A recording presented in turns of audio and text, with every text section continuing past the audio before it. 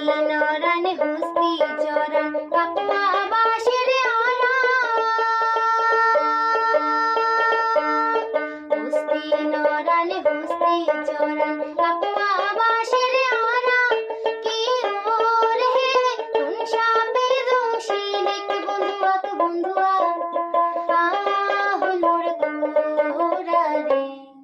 আরে গেলে প্রিয়া শিবে এনে মোর মাহুত বন্ধু রে